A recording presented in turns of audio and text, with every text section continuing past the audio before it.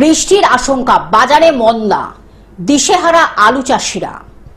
বৃষ্টির আশঙ্কা, নিম্নমুখী দর, দিশেহারা চন্দ্রকোনার আলু চাষিরা।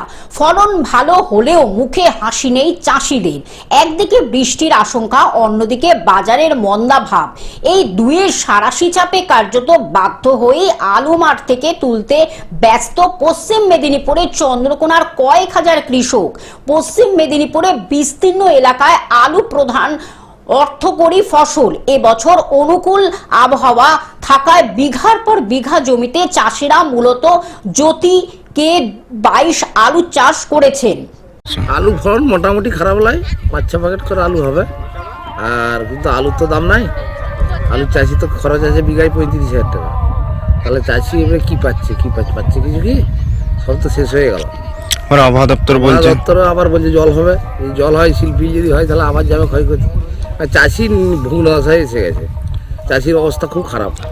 ফলনও হয়েছে নজর কাড়া, কিন্তু ফেব্রুয়ারি মাসের শেষে বৃষ্টির পূর্বাভাস কৃষকদের কপালে চিন্তার ভাঁজ ফেলেছে।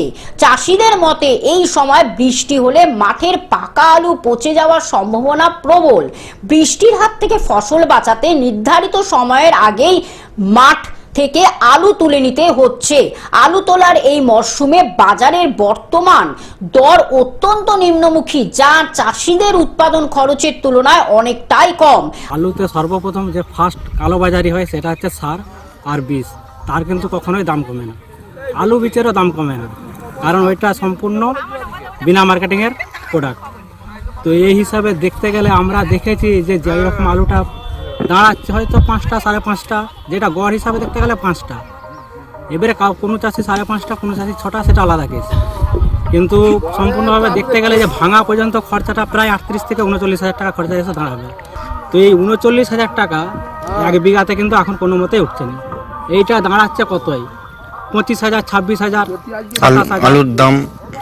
আলুর দাম এই তো 500 টাকা এভারেজ মার্কেট, যদি ধরতে গেলে 500 টাকা মার্কেট। তো 500 টাকা মার্কেটে কখনোই এ যুগের মানে দেখতে গেলে যত ফসল হয় 5 টাকা কেজিতে কোনো ফসল বিক্রি হয়নি। একমাত্র এই কৃষকের হচ্ছে হাড় কাঁপানো মানে আলুটি একমাত্র বিক্রি হয়, আর কোনো ফসলই বিক্রি হয়নি। আলু চাষিদের মতে আলু আর কিছুদিন জমিতে থাকলে আকার ও গুণমান আরো বাড়ন্ত। আমি আপনার মুখ থেকে শুনলাম, কিন্তু এখন পর্যন্ত পৌরসভাকে অভিযোগ করেনি, এবং আমাদের পৌরসভা আইন অনুযায়ী এই ব্যবস্থা গ্রহণ করবে, এবং যদি পিডব্লিউডি সহ সমস্ত সরকারি যে পদক্ষেপগুলি আমার পৌরসভা নেবে, এবং এই চূড়ান্ত পর্যায়ে আমরা এর পদক্ষেপ নেব। পশ্চিম মেদিনীপুর থেকে কল্যাণ মণ্ডলের রিপোর্ট, গ্লোব নিউজ। এখন থেকে গ্লোব টিভি দেখুন আপনার স্মার্টফোনেও। গুগল প্লে স্টোর অথবা অ্যাপল স্টোর থেকে ডাউনলোড করুন গ্লোব টিভি লাইভ অ্যাপ। এছাড়া জিও টিভি অ্যাপ থেকে দেখুন গ্লোব টিভি লাইভ।